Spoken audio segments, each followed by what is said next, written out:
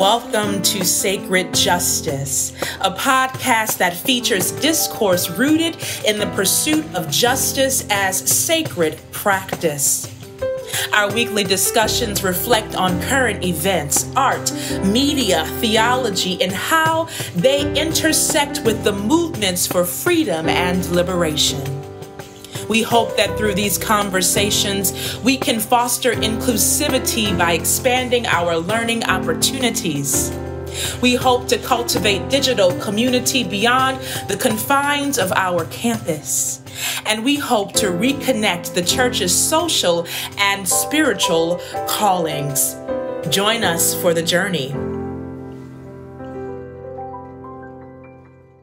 Welcome back to Sacred Justice. We are on episode 9 of our new podcast series. I am Mia McLean, and I am here with Ben Boswell. And we are back for another fun conversation or something. Some of our last something. We always have fun. We don't know if you're having fun, but if you are, please send us an email and let us know. We've gotten some emails from people saying that they have been enjoying our conversation. So that's always very encouraging to know that you're actually listening. Well, you know, some of our previous episodes, we have been dealing with beginning again. And so I appreciate a lot of the work we've done around starting again, right? Not returning to anything, but starting again. And so I hope that you have been listening to those episodes, and also the music from What Does It Mean to Be White playlist and some of our other decolonizing work. This is a great introduction for you to know what we're doing at the church around spirituality and justice and faith formation. So do go back and listen if you've missed those episodes. Absolutely.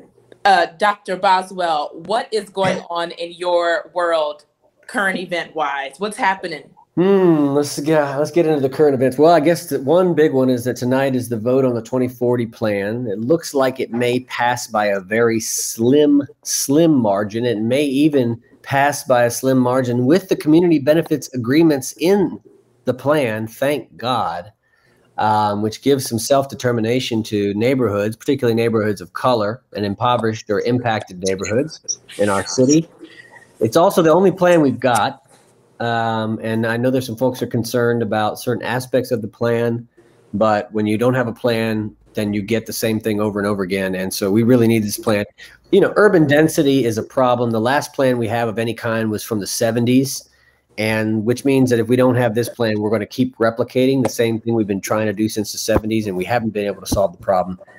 This is not going to solve the affordable housing crisis that we have in our city, but it's a step toward that and gives us a way of planning toward creating the kind of urban density that we need to handle how many people are moving to Charlotte all the time. And, you know, to me, the thing I love about the plan, and it's not perfect, but it was planned with the intention of equity at the heart. The equity was the underlying philosophical aspiration of the plan.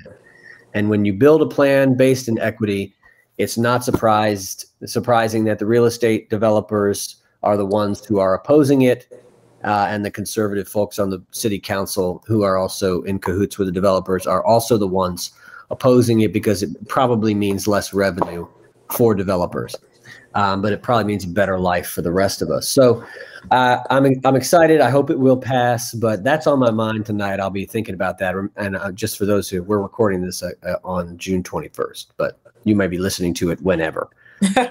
Right.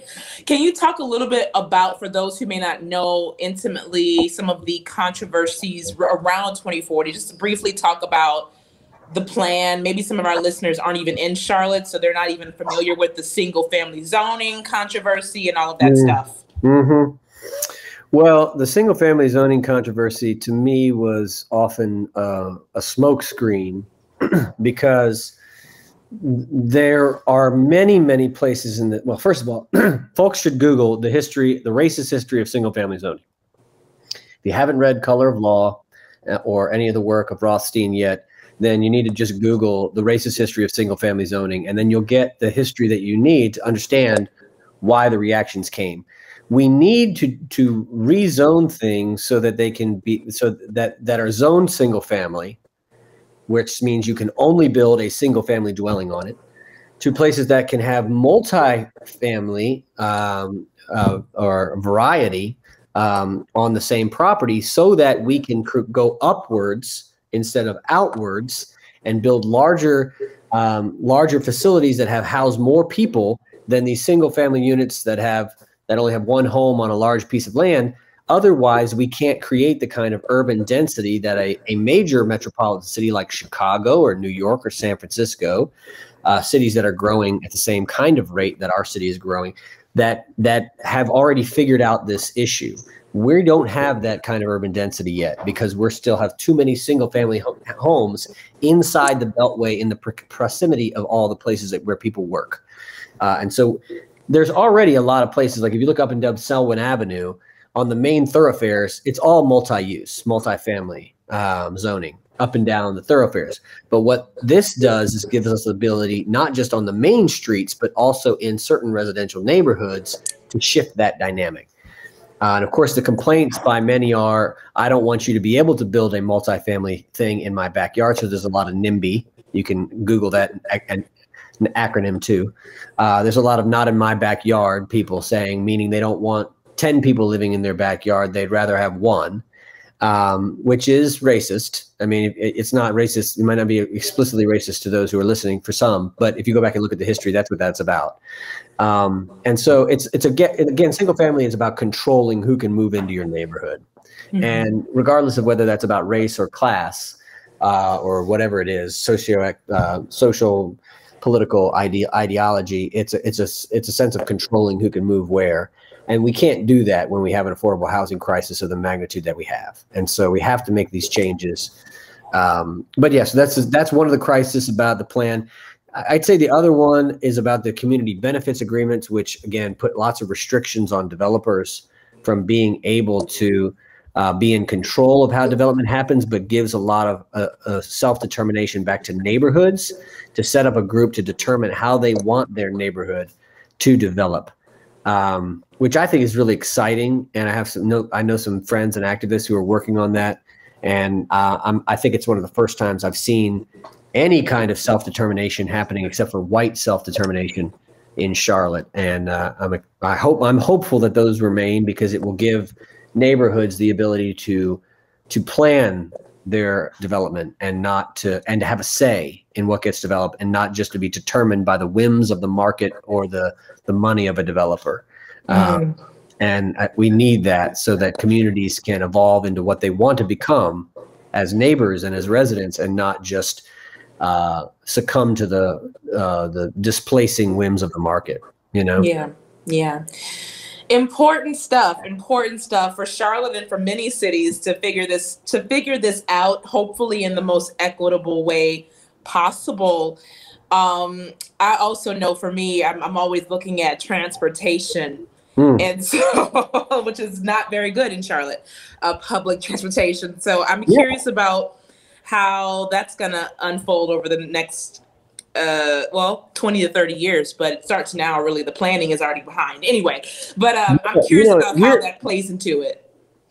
Don't get me started on public transportation, Mia, because that's one of the first things I said when I moved here, having lived in metropolitan areas, as you have, I know, is this is one of the largest cities in the world with the worst public transportation. Mm-hmm. One of the largest cities in the world that does not have any rail system. It now does one small rail from the city to the university that should have been up 30 years ago, but now is finally up. All the rail work that we're trying to do now, we're 35 years behind. And part of the reason we have an affordable housing crisis, this is so people make connections, folks.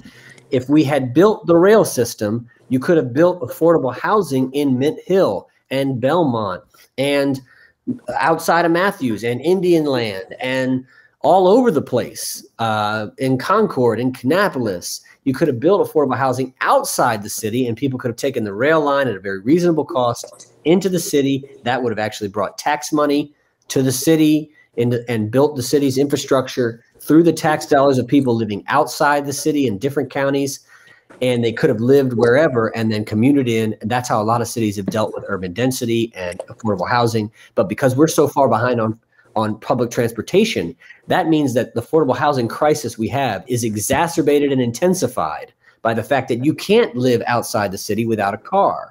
And maintaining multiple cars and childcare and all the things that come along with that. And so cities like little towns like Mint Hill and Midland and Concord and Kannapolis and all these different little Huntersville, Harrisonburg, they should be major towns with a rail stop that goes into the city where you could get to work and back each day on the rail. And that would have solved a lot of these problems of affordable housing before they got to this point. But now, because we're so far behind on that and far behind on the affordable housing crisis, without a plan like the one they put in place, we will never achieve what we need to do to make our city equitable, not just for like really poor folks. I'm talking about like you can barely live in this city if you're making money. The working poor, and not even the working poor, like the middle class. Yeah, it's rough. It's challenging. Yeah. So I've gotten into several Twitter fights with Charlotte people about the public transit. You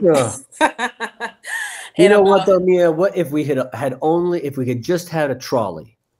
If we just had a trolley, you should get my dad. This is one of the places. My dad is an arch conservative, much more conservative than me, Republican. But when it comes to Charlotte, we are both in 100% agreement on this, that we wasted millions on a trolley when we needed a rail line.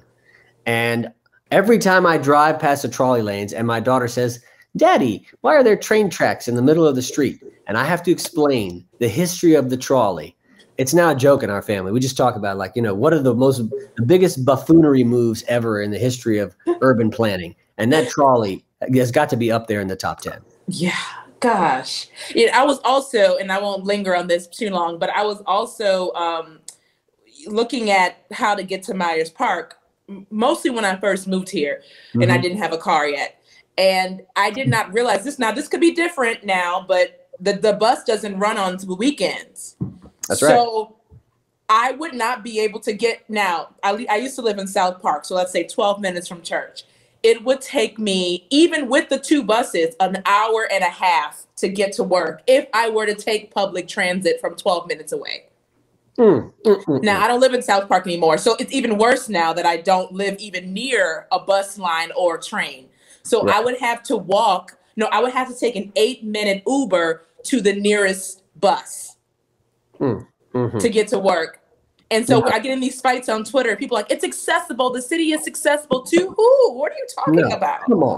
Come on. And I live in Charlotte. I don't live in, Not to mention people who work on Sundays, and half the buses half the lines don't even run on Saturdays or Sundays.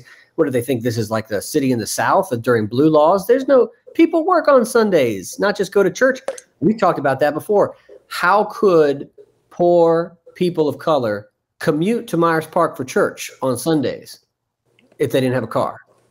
Oh, now you wonder why there's nobody at your church? That's not the only reason, but that's part of the problem is you didn't create a system in your city that would allow people to go to church on the bus lines on Sunday mornings because you didn't care.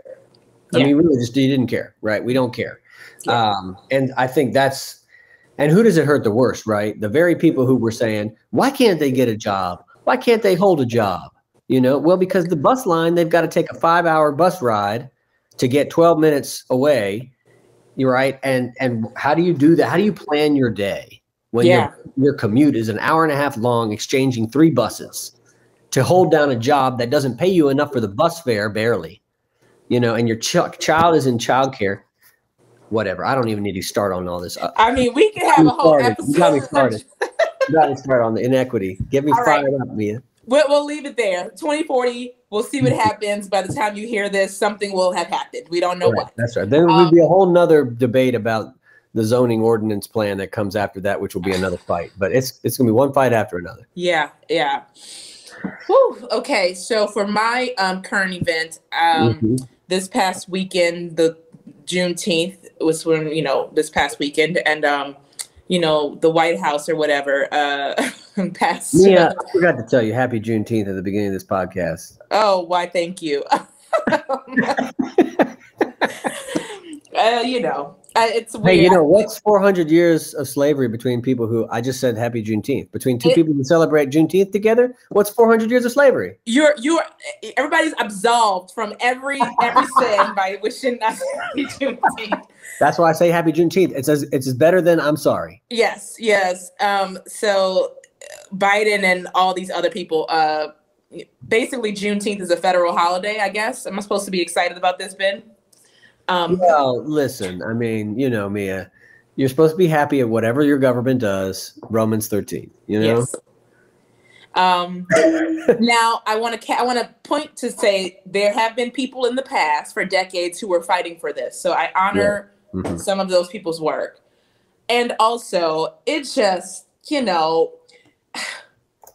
us a stimulus check. Come on. What are we really doing here? You know what I'm saying? Like, it could have been put into effect, and a stimulus check could have been in my bank account. I would have been very happy with $1,865 in my bank account on Saturday. That would have been a nice amount of money too, wouldn't it? I mean, come on.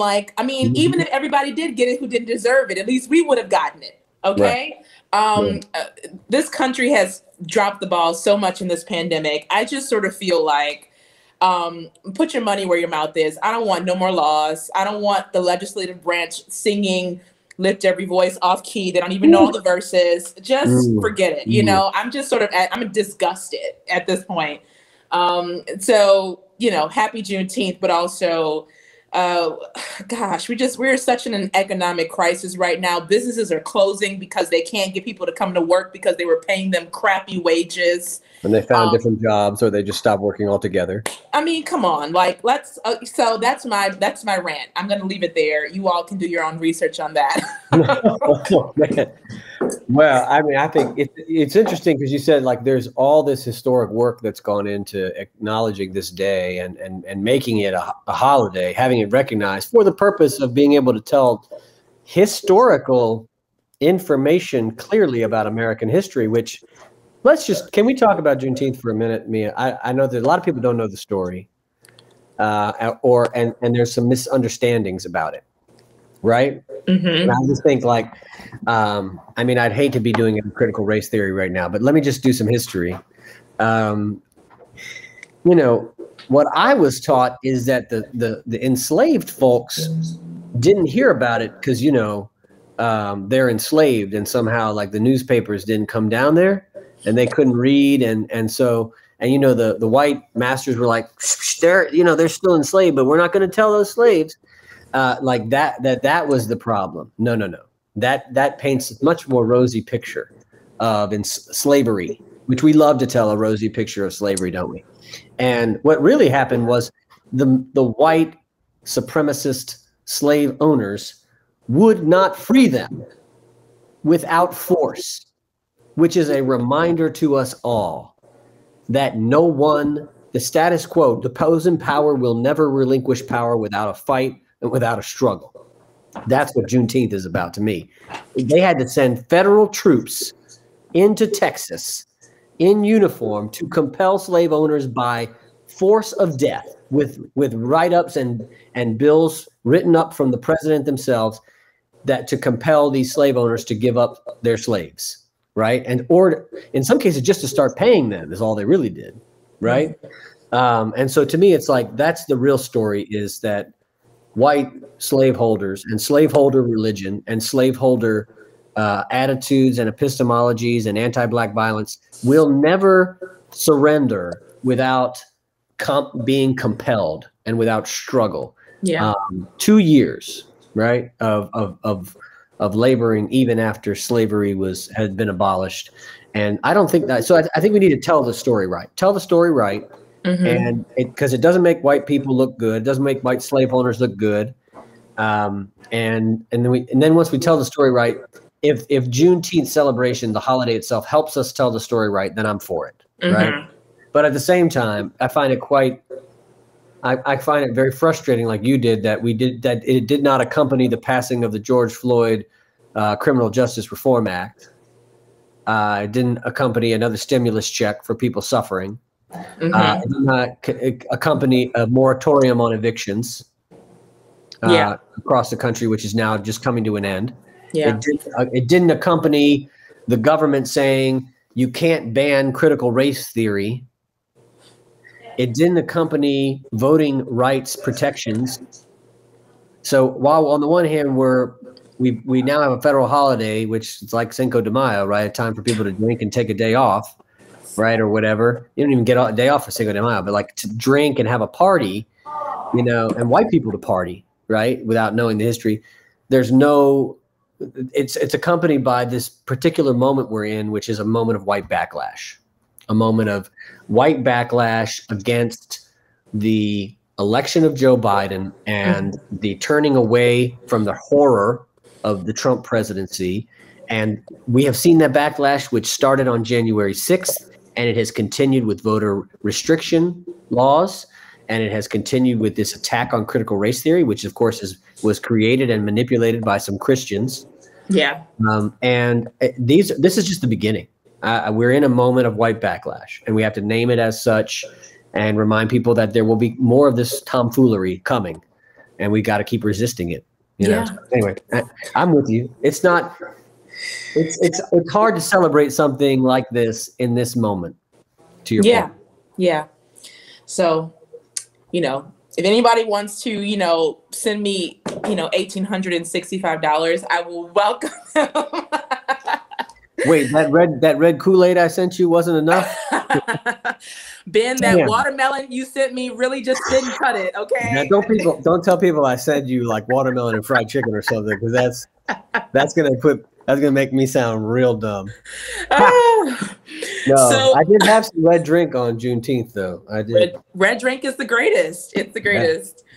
With a little, but the greatest red drink of all time that already comes pre-bottled is cherry lemon sun-drop.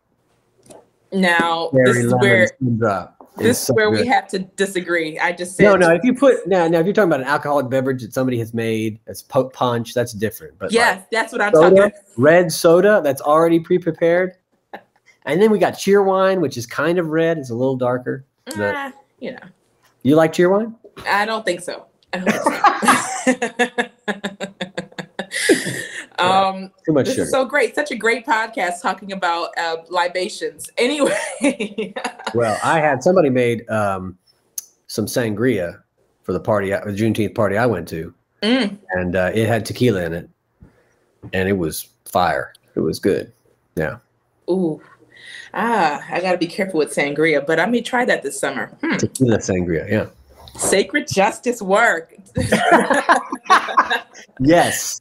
So today's topic, which, you know, it's been actually wearing me out. I'm tired already by it, but we'll talk more about that. But today's topic is the generational gap. And I will get started by reading something I posted on Facebook in a rant yesterday, because that's what I do online. So, you know, for all of you who try to censor pastors. It's on Facebook and not Twitter, but yeah. I did it on Twitter as well and on Instagram. So there's a lot of people in their feelings this morning or today about what I said. There's a lot of people, not all millennial, hashtag not all millennial. They're doing that to me today. But anyway, so I posted, I said, pastoring. Wait, not all boomers should also be a slogan, right? Yeah, not all everything. Not all white people, not all men, you know, that happens. No, I'm not down with those slogans. All white people, yes. So I posted, pastoring millennials has been challenging for me lately, and I am one. And I said, I won't give into the tropes. The tropes are millennials don't go to church, or millennials are killing tradition, though they hold some loose truths. But there is something peculiar about trying to pastor folks who struggle admitting that they have other rituals and communities more important than church. And so for me, it's not the lag in attendance or commitment, but the dishonesty that I have witnessed that these people have with themselves about where they want to be and spend their time. And I also go into this quote about liturgical bifurcation and the hyper professionalism of worship and how that can breed a consumerist model for church, blah, blah, blah. I didn't expect all these comments. And also there are people who are just in their feelings because they think that I'm talking about them and their lack of commitment. I've said things for years before I was in ministry. I used to get on Facebook and Twitter and rant about how millennials are poor at making commitments and keeping them. And people would get in their feelings because they thought that I was talking about them. And I said, if the shoe fits, wear it. So I've always had this issue. I've always been that person that's just kind of like looking at my generation and I see what the people write about us. We're killing avocado toast. We are killing the American family, Ben. We are killing marriage. We are killing church. I see what they write about us and I'm always trying to advocate for us and stand up for us, but I've had it. Fellas, come on. Mia, to what shall I compare this generation? I don't know. I don't know. What I do know is I am personally tired of trying to, and I want to be clear when you talk about generations and millennials, and I know you're going to get into how this shows up in other generations as well. But I guess my difficulty is I'm not talking about the unchurched people or the people who don't go to church. I'm talking about the people who were raised in church, who say, Mia, I want to be a part of a church community. Tell me what to do. Tell me where to go. Tell me how to plug in, right? These are the people who are cornering me and saying, help me be spiritual. So I'm not talking about the others who are sort of on the fringes on purpose or because they're done with church. I'm talking about people who have said they want to be a part of community. And then when the opportunity presents itself, they have excuse after excuse after excuse about why they are not leaning in to what they said they wanted to lean into. And so, we have these conversations about, well, maybe clergy should do this and clergy should do that. Is the church irrelevant? Well, I don't know, because nobody's coming to the table to tell us honestly what they really want. And that's kind of where I am today. What do you really want? Do you want church, or do you want brunch? Do you want church at brunch? No, man. I mean, I quoted that scripture from Jesus, Matthew 11, to what shall I compare this generation, kind of jokingly a minute ago, but there's some truth to that right now. He says with that parable afterwards, what shall I compare this generation, right? And then he says, we played the flute for you, but you did not dance. We wailed and you did not mourn. So let me just start by saying, when I hear him say, we played the flute, but you did not dance, we wailed, but you did not mourn, I am tired of playing the flute for people. I hear you on that. I mean, I just feel like that idea of ministry is going to die because I'm playing so many flutes right now. I don't even know how to play the flute, but I'm playing so many different flutes right now. It's ridiculous. I'm playing all kinds of instruments. I'm playing flute and saxophone and trombone, and I've got a whole jazz band going just in the work that I'm doing. And is anybody showing up?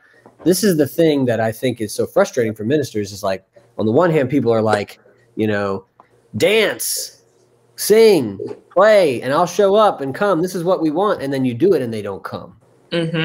And, or vice versa. Jesus is also saying, like, I'm telling you something is happening in the world that you should be crying about. People are being killed, displaced, destroyed, oppressed, put down, and you won't cry and you won't mourn. And then you want me to play the flute. You want me to play the flute when people die, and you want me to mourn when people are happy, when people are, doing well or something like that. It's like everything's all reversed and emotionally. But I do think there is this feeling like we're just playing our flutes all the time. And is anybody even coming? Is anybody participating? I think. And then, is anybody else going to play the flute?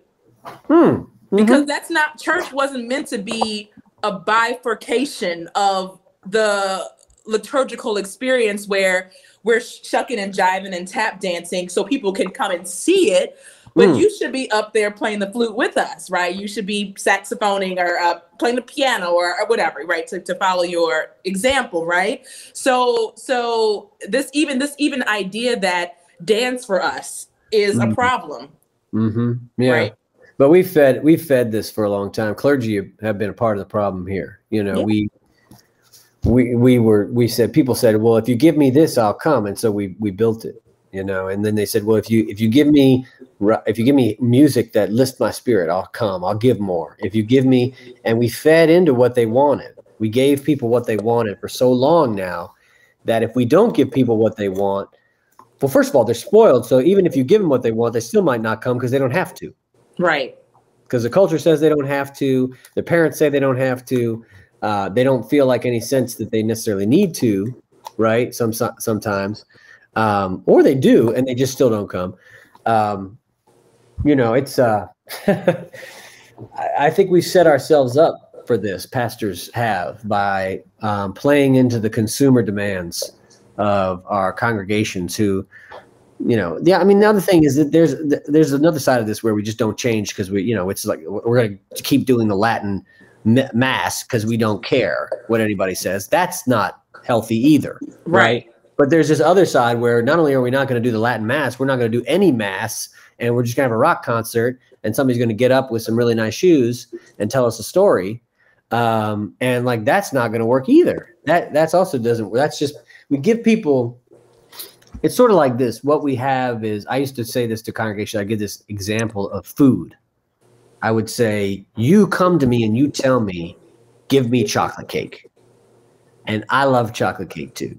Mm-hmm. I like it. But I don't eat chocolate cake every meal, every day. And I don't even eat chocolate cake once a week, to be honest. I don't eat it once a week on Sundays at 11. I don't eat it. It's an occasion. Maybe once a month, if I'm lucky, I get chocolate cake. You know, once every 6 months, I get chocolate cake. But you tell me, give you chocolate cake all the time. Give me chocolate cake. Give me chocolate cake. And I know that if I keep giving you chocolate cake, first of all, you're going to get tired of it. You're going to get sick, really sick, because you have nothing else. You're going to get very bloated and unhealthy. Not even going to say, you know, fat, because I don't care about that. I'm talking about unhealthy, lethargic. You're going to be filled with sugar. Sugar is killing your body. And if you have nothing else but chocolate cake, you're going to be extremely unhealthy. So as somebody who cares about you and loves you, I'm also going to try to bring some broccoli to the table, right? And I'm going to say, I know you don't like it.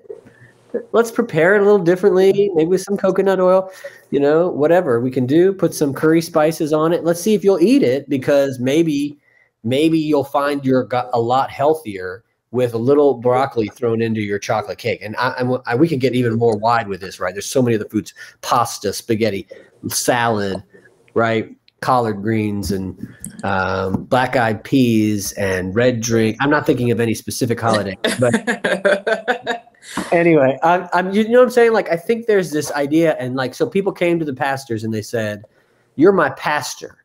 You're supposed to give me what I need. You're supposed to care for me. And here's what I want. I want chocolate cake, pastor. So give me chocolate cake." And the pastor's like, "Yes, ma'am. Yes, sir. Here's your chocolate cake." Every day, over and over again, every Sunday, chocolate cake, chocolate cake, chocolate cake.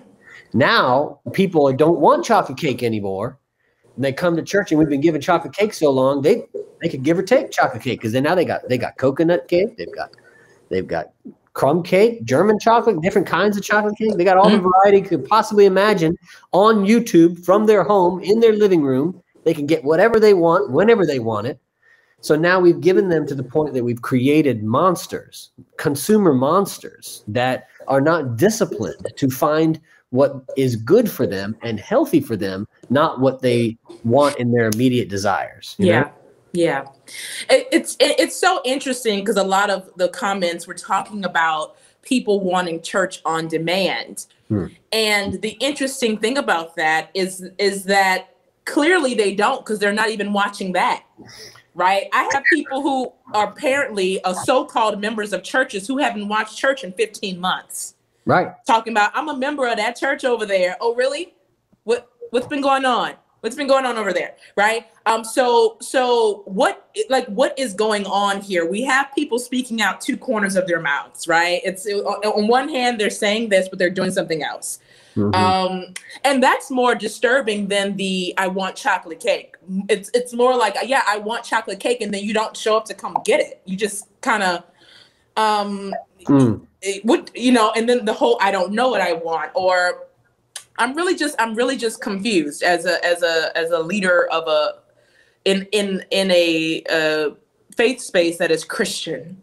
I'm just really struggling with how are we supposed to meet people where they are, and they keep changing locations.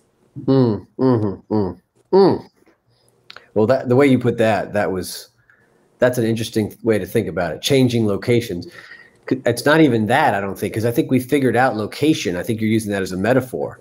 Yeah. I think, like, how do we feed people what they need when they keep changing their appetite and their diet every day? Their diet and their desires change at the drop of a hat and at a whim, right? And so, you'll say, no, y'all all need some broccoli today. We need to mourn, right? We need to mourn today. And they said, no. Today is the day for celebration. Yeah. I'm out. It's Juneteenth. I'm sorry. I'm out. It's Father's Day. I'm out of town. And then we'll say, no. Today is the day to celebrate. It's Easter. It's whatever. It's like, no. Today I'm over at my house. I'm binging murder porn. I'm listening to all the murder podcasts. I'm watching a bunch of real crime, and I'm in this kind of dark space, and I really like it. And I'm gonna be there, and I'm gonna watch some more racial justice stuff on TV. Another story about slavery, Underground Railroad. Another movie, and I'm going to be in that space, and I'm not going to come to church. I mean, it's a matter of priorities and conviction. And, part of me wonders, is this the result of a long history of poor discipleship by churches? That's the first thing, which we can blame both clergy and laity for. It's hard to disciple those who don't want to be discipled, right? Sheep without a shepherd. But it's also, I feel like the society has shifted so much, and the church has lost its relevance in a way that is impacting even people who like would ordinarily want to be a part of a religious community are finding themselves just not showing up for odd reasons. I think that they don't even know why they're not coming. Yeah. Some people have not done that introspection. Why am I not showing up anymore? The introspection, Ben, that's where I am. My critique is with the lack of introspection. Okay. Right. So I think that's where I am in this moment. That can change. Right. But I think that there is this sort of like, I just didn't, I'm gonna throw an excuse out. I'm gonna do this. I did this. I got caught up with my dog. I got caught up at a friend's house. I got caught up. There's this sort of lack of acknowledgement of the realization. They don't even know what's happening to them, right? And that church could actually help guide them in that introspection process if they would give themselves over to being a part of a vulnerable community. So, community, this is what you're saying. I mean, I think the first thing we have to start back with is it's not every Christian in America's fault necessarily that they were taught that you can be Christian alone. But the faith is created in such a way that it is impossible to be Christian without neighbors. Since the foundational commandment is love your neighbor, you cannot fulfill the demands of Christianity without a neighbor. So, I always love that story. You've heard the joke about the guy on a desert island. He's got, they arrived to find him, and he's got 3 huts. He's got, his house, his church, and the church he used to go to. Right? Yeah. That's one of my favorite jokes, right? So here's he alone on a desert island, and he's already left a church, right? But that's wrong, because it presumes that you can do Christianity on your own, or that you would ever leave your own church. No, you leave the church somebody else is in control of that you don't like anymore, right? So it's about neighborliness. You have to have a neighbor to do Christianity. It doesn't mean you can't have a faith practice on your own individually, or a spirituality that you cultivate on your own, but you can't be Christian on your own, right? Actually, you can do Christianity if you have nothing but enemies, better than you can do it alone on a desert island. Hmm. Because at least with enemies, you're taught to love them in a particular way too, right? Yeah. So I mean, we can talk about whether that's violently or non-violently another day, but that's like the situation there. So I think the first thing is like this myth that you can do Christianity alone comes from the individualism that is rampant in American society, that is a part of capitalism, that is deeply entrenched in white supremacy culture, and has been exacerbated by neoliberalism, is exacerbated by the idea that you're a consumer, which means you're an individual, and it's about what you think and what you like and what you want, not what's good for society, not what's good for all people, but what you want, what you like. And so we were taught that you can be a Christian on your own. Yeah. Now, when I say so I say you can't. No, you can't be a Christian on your own. Some people will say, "Oh, is he saying there's no salvation outside the church? There's no." That's not what I'm saying. I'm saying there's no Christianity outside of community, but community can exist all kinds of places. Yeah. Inside the church, inside the institutional organized religion, outside of that, in your neighborhood, in your family, with a bunch of friends, an intentional community, house churches. You said in your podcast at brunch, you can have a brunch church. You can have a brewery church.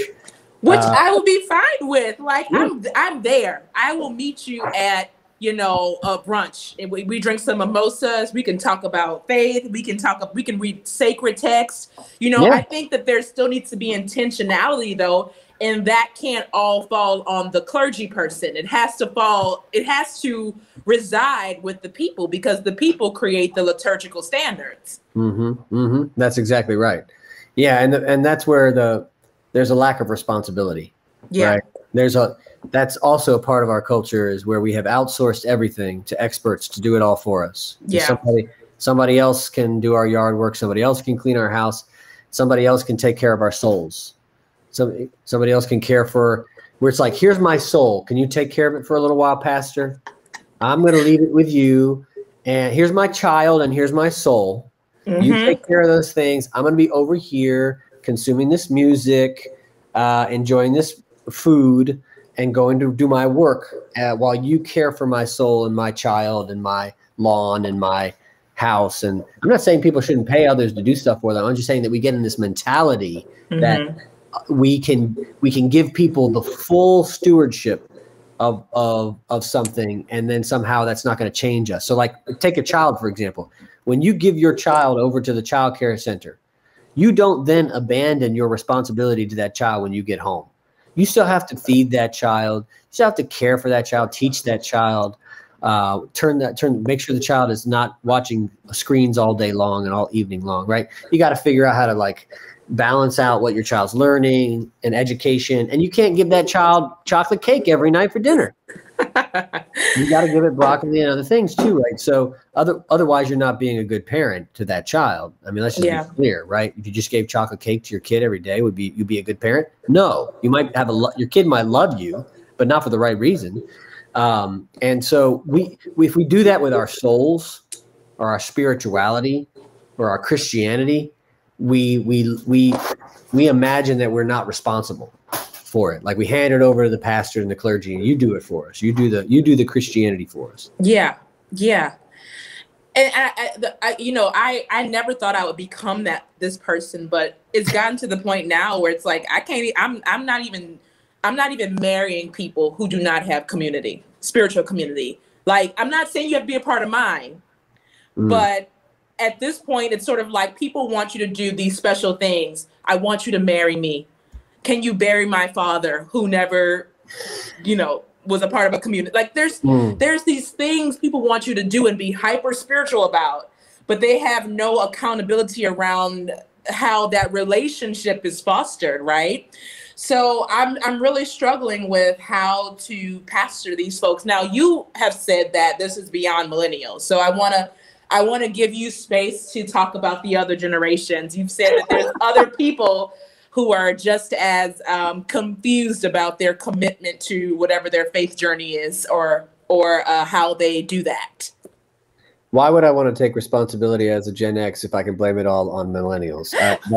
I'm not going to take responsibility for this. No, the millennials have ruined church. We were not in church decline until they were born. And then suddenly in precognition of what they would do to the church, we decided to destroy it in the mid-90s before they got here, because we were worried about what would happen when they come to church. No, this is crazy. We've been in the secularization of American society, whatever that means. You could listen to another podcast about what secular means. But the declining religious fervor of American society is no new phenomenon. It's been happening since the 50s.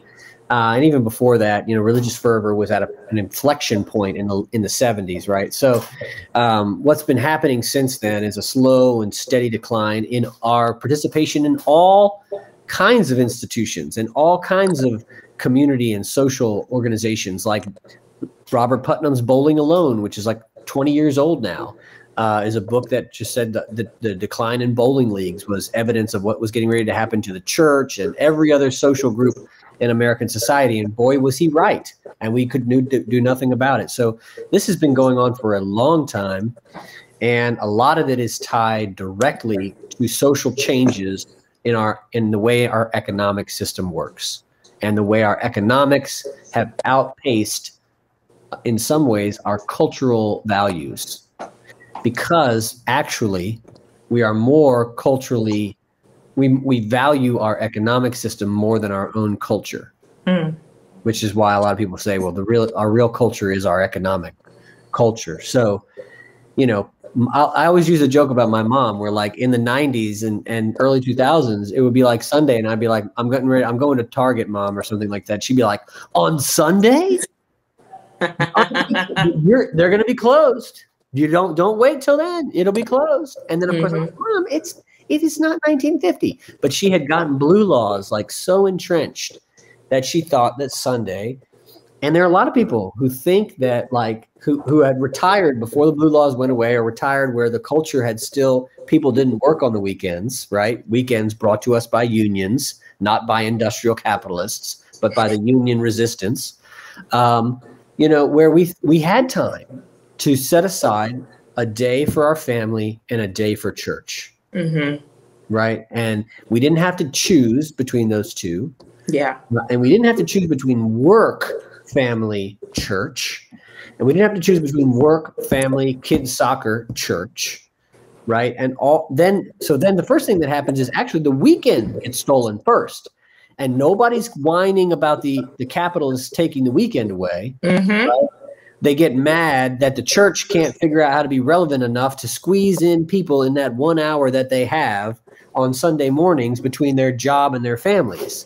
No, we take the leisure time away, and people don't have the leisure time that they need to dedicate not just for their leisure, but like for their health, to get exercise, to spend mental health time, reading, sitting around the house, cooking out, cultivating a hobby or an activity, thinking creatively about the future and what the kind of world they want to live in, let alone going to church and meditating on what kind of person they want to be in the world or morally. So when you have an economic system that demands your work now, not just all the way through the weekend, but my phone, I get emails from people all day long, up and all, it never stops. It never ends. It's constant as a pastor.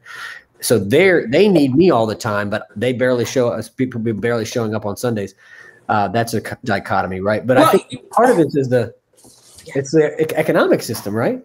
Well, yeah. I mean, there's this expectation that you're going to be there for me when I need you. When we've actually created this time slot on a Sunday for us to be there for you, so that you won't be expecting me to answer at 9 p.m. on a Saturday night.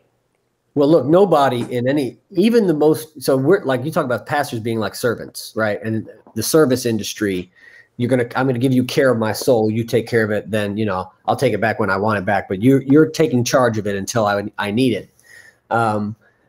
It's much worse for pastors than it is for any other industry. For instance, if you have a mental health emergency and you need to talk to your therapist, you are not going to get a hold of your therapist at 9:00.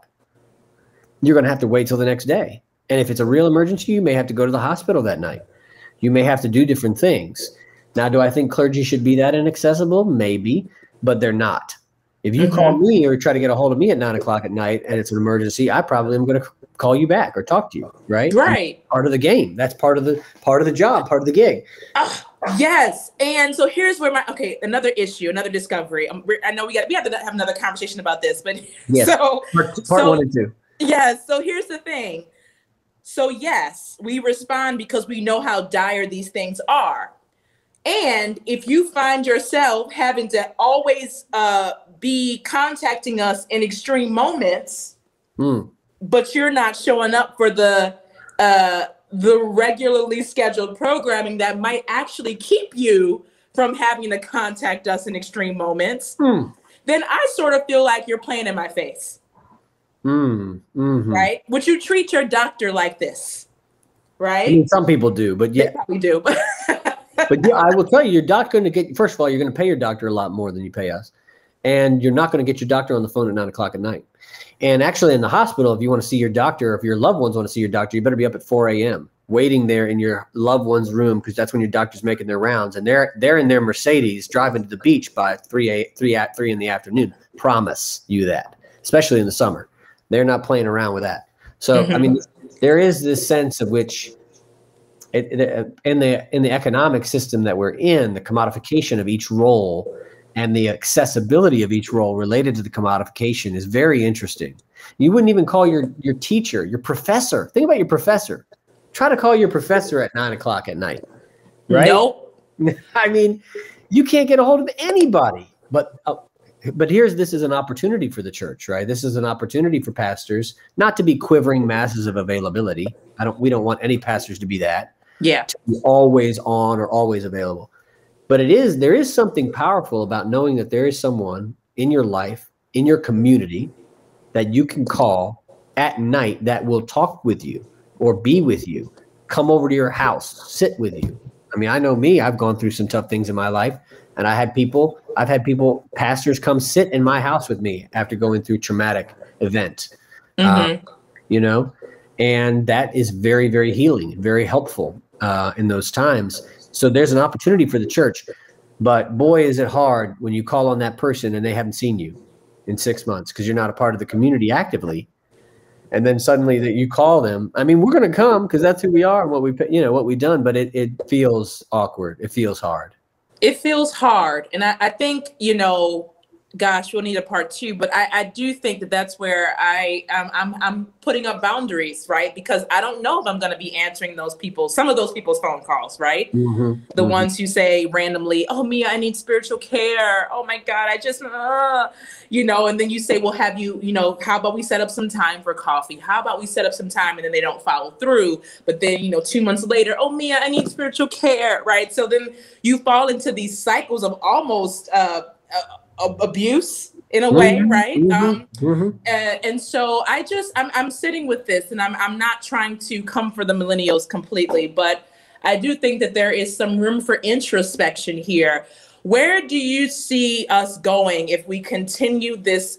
And I do call it a downward trend, because I think that I think that more people are about to hit rock bottom than ever before.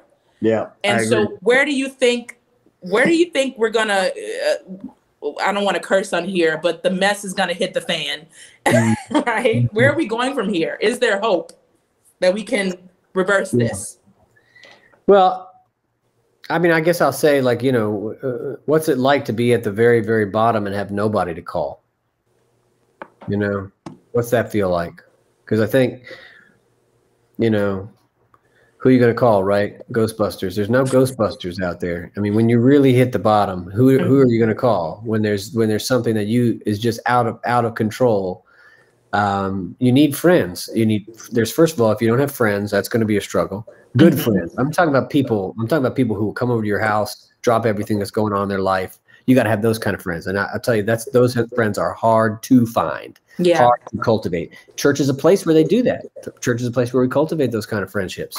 And people will come sometimes, even if they don't really like you. Right. I'm about to say, it's not even your friend. They're just people who will come because they feel like that's their Christian responsibility. Yeah. And that's okay. It doesn't matter. When you're in crisis, you don't care.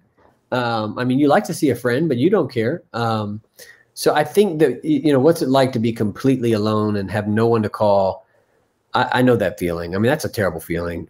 People have felt that before. I think that's what it's going to be like. I also think these institutions that are for the purpose of the cultivation of community. That's what I mean. Like, our institution is not our community, and our community is not our institution. They are separate, but they are also conjoined. They are together and separate. And the community, what will happen is that the institution that maintains the community, maintains the bonds of the community, when it becomes the only thing maintaining the bonds because the people aren't doing it for themselves, if the institution struggles, the community dies. Yeah. Right? And so we can't keep maintaining this community for people if the institution is not supported. And people will say, well, I'll just go make my own community. Good luck. It's not easy. It's much more challenging than you imagine to cultivate a community of profound and deep connection of people who will show up with you when you're going through the hardest things in your life.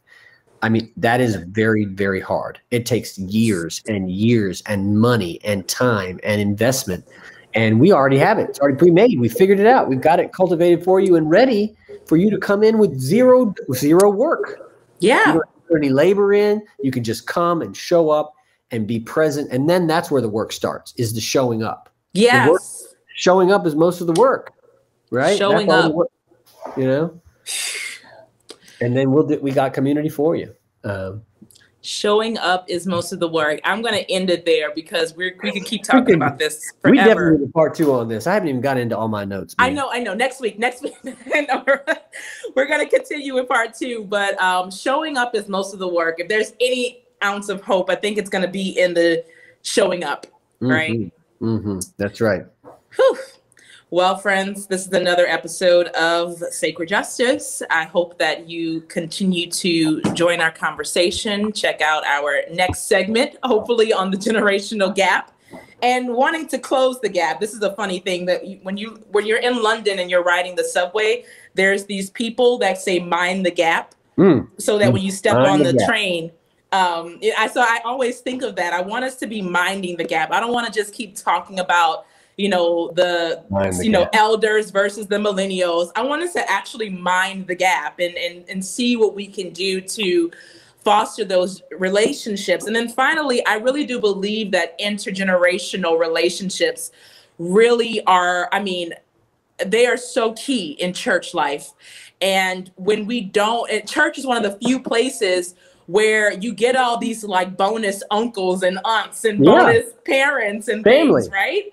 And when you don't lean into community in that way, you really can miss the opportunity to build those crucial relationships. So I really do hope that people can do some introspective work and think on those things. That's right. And one last thing, Mia, happy Juneteenth to you. Goodbye. The episode is over. Friends, that was our episode this week. As always, please email your questions and your suggestions to Reverend Mia McLean at mmcclain@myersparkbaptist.org. Until next time, take care.